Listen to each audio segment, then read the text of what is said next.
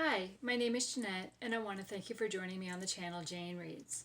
So today I'm going to share my thoughts on the series by Teresa Tysinger, the Laurel Cove Romance. It is a 4-book series. I read all 4 books in July. I had read the first 3 books between 2017 and 2021, and then book 4 came out in February of 22, and I finally read it last month. So, but I had to read books 1, 2, and 3 again to kind of familiarize myself with the community and the characters, because I've said it before, I love to read series and I love to read them in order. So today I'm going to share my thoughts on all 4 books in this series. I have made notes so that I remember to kind of talk about the things that stood out to me and that I wanted. So I remember kind of everything that I wanted to share. So book number 1 is Someplace Familiar. It features Livy and Jack. The story encompasses a few themes: learning to forgive, healing from hurts, and new beginnings, all found by trusting God. Livy has arrived in Laurel Cove after buying her grandmother's old home. During the renovation process, she hopes to be able to find a fresh start and rediscover her dreams after experiencing a bad relationship in New York. Until the house is livable, she is staying at the local inn, which is run by Jack's aunt. Jack grew up in Laurel Cove. He runs the family hardware store with his brother and volunteers at the inn as the handyman for his aunt. He is recovering from having gone through a divorce that he never imagined and is struggling to find peace. I fell in love with Jack and Livy and the whole community of Laurel Cove very quickly. Experiences in their past have left them both broken and with no interest in getting involved with anyone. However, from the moment they run into each other, literally run into each other, they feel a connection. It turns out that they once played together as kids one summer when Livy was visiting her grandmother. I loved that Jack's friends welcomed Livy to their group, not just because she was a friend of Jack's, but rather they were friendly with her and wanted to get to know her and fully accepted her as part of the group. Through the girls, Livy found friendships that she had never had before. Every time the girls were together, it felt like I was right there with them, sharing in the fun and entertainment and teasing that was going on. It was so much fun. Jack's ex Claire is determined to stop Jack and Livy from having any type of relationship. However, by being honest and open with each other and communicating about what was happening, they were able to overcome her attacks and build a relationship. I found myself cheering for these 2 characters to be able to get over their past trust issues and was delighted with the way the story ended. I was really touched about how Livy was able to forgive Claire and even reached out to her to try to help her through her struggles. My favorite quote that I took from this book was, "When you feel peaceful about something you would usually fear or doubt, it is God giving you a nudge to walk along the path He has set out for you." So I rated this book 5 stars. I rated it 5 stars when I read it the first time, and this was no exception. This was the book that had introduced me to Teresa Tysinger in the beginning. So when I first read it, I was anxious for it and couldn't wait for book 2. And exact same feelings. So book 2 is called Suddenly Forever. This one features kind of 3 main characters. There is Cora Bradford, Luke,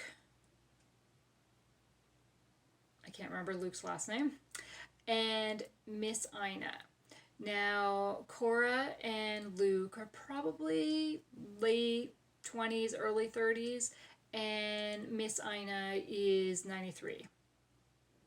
So this could have been a very sad and depressing book, as all three main characters are walking through periods of grief after losing someone special in their life. However, there is hope and laughter mixed in during this time of sadness and hardship that has helped the story not feel depressing. The central theme I took away from the story is that even though everyone deals with grief differently, it is important to lean on God during the struggles and be open to those around you. Closing yourself off only makes the struggles harder. It has been almost 3 years since Cora lost her husband suddenly and is still dealing with flashbacks and nightmares. The pain is still just as raw as it was. Ina spent 70 years with her husband before losing him a couple months ago, and Luke lost his mother last year. These three are brought together as they own the only 3 houses on this part of the lake.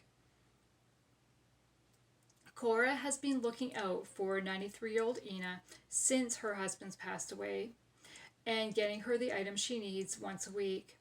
When Ina takes a fall and is told she can't go home alone, Cora makes the decision to move her into her house.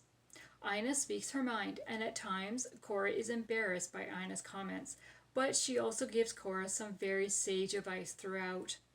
Luke's first few encounters with these 2 women don't go very well, but he wants to help them, and the 3 end up forming an unlikely friendship.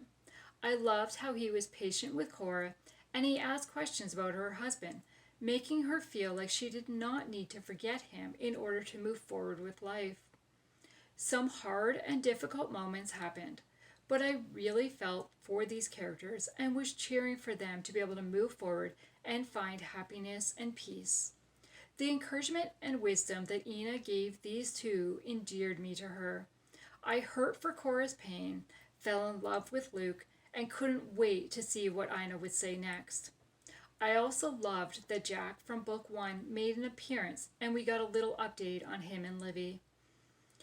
My favorite quote from this book was, "The past is not something to give up or hold on to.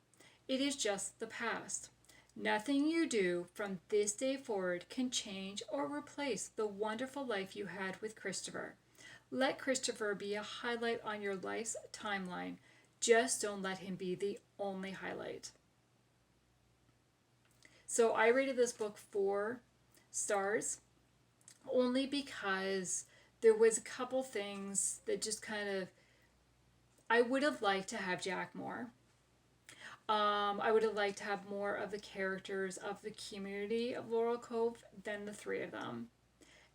And because it was such a difficult topic, as much as like it wasn't depressing, but it also, I couldn't stay in the book for a long period of time. And it got me thinking about depressing things. So that's it. But I really enjoyed this book and the focus of don't cut yourself off from others. So then book number 3 is Someone Found.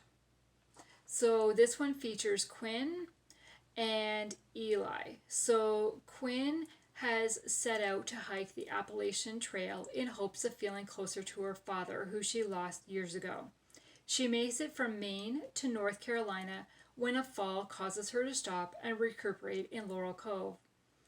Eli is a camp director who runs a camp for kind of at-risk kids and try to kind of direct them on the right path of life. And Eli is the one that finds her and is able to get her to some help. Even though Quinn is pretty rude to him at the beginning, he still offers her kindness when she is stuck in town. So he offers her a place to stay at one of his cabins on his property. And so they are interacting on a regular basis now. We find out that Quinn's rudeness comes because she doesn't trust people, specifically churchgoers, and this is due to the way she's been treated by her grandmother. Once I got to know a bit more of Quinn's background, I found myself caring about her and hurting for the way that she has been treated growing up.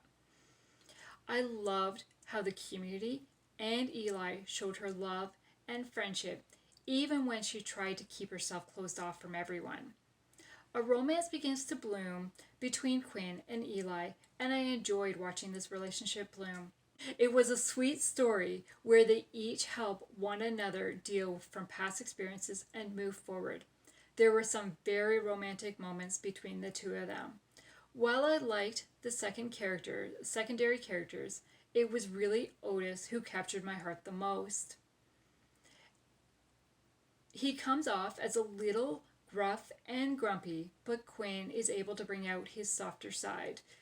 And then he does some amazing stuff for Quinn. The reminder that I have taken away from this story is that every time we interact with someone, we enter their story and have an impact on their lives of some kind. We may not know the results of that impact, but it is important to keep in mind that our actions affect someone else. Quinn discovers what a difference being treated with kindness can make in someone's life. I loved that Quinn was able to discover a connection to her father that she never expected. So, my favorite quote from this one was, "Love can't heal a multitude of sin and hate. Only Christ can do that. But love sure can help soothe the hurt." So I rated this book 5 stars because I just love these two characters and I did not want to put this book down. So then the last book of this series is Say It's for Good. I loved this story. So there's a couple things I knew, it's just from reading a little bit of the back of it, that I was going to like this story because one, it featured Jasper, who is the brother of Jack, and so he was involved in book one, so we got to know him a little bit, and so we knew that the two brothers run the hardware store together, and they had a really close relationship in book one. So I was pretty sure Jack was going to be pretty involved in this book as well. And then second, it is a fake dating trope, and then it's also between two characters who had a relationship in the past, so it's kind of a second chance story. So the main characters are Jasper and Leah. So I already told you that Jasper was the brother. So Leah and Jasper seriously dated when they were young, but broke up 10 years ago during college. Leah is now back in town after recently losing her mother and finding out her dad is sick. Jasper and Leah begin fake dating to please her dad, but one of the rules they establish is that their hearts cannot get involved. Will that be possible? Jasper has dated other women since Leah, but nothing serious, as he knows that his heart still belongs to her. Leah is battling fear of losing those she loves as she tries her hardest to keep her distance from Jasper and battles her growing feelings. Meanwhile, their lie gets them into a couple sticky situations, and they quickly learn that no good comes from lying. I loved these characters. Jasper puts his heart on the line for Leah a number of times. But I felt for Leah. She's trying to cope with her dad's illness so soon after losing her mother. She has a wonderful support system between her best friend, business partner, and Jasper. He has stepped up for her even when she tried to push him away. I just loved this story. Jasper turned to his brother Jack for advice, and Jack prayed about it before advising Jasper. What a beautiful example. So there was one quote that really kind of stuck out to me. God can use even our mistakes to lead us to the good He wants for us. So I rated this book 5 stars because I just loved it, and the message of no good comes from lying, and that God can use our mistakes and turn it around and bring something wonderful. And these two characters just interacted so well. The town just kind of, I just lost the word, rallied around Leah and supported her. It was beautiful. And can I go visit Laurel Cove? I know it's a fictional town, but in my head I can visit it by reading these books. So I highly recommend this series. If you want to read a series that contains romance, wonderful community support, community just welcoming, yeah. So that is my review on these 4 books by Teresa Tysinger. As I said, I highly recommend this series to read. Thank you. Have a good day. Bye.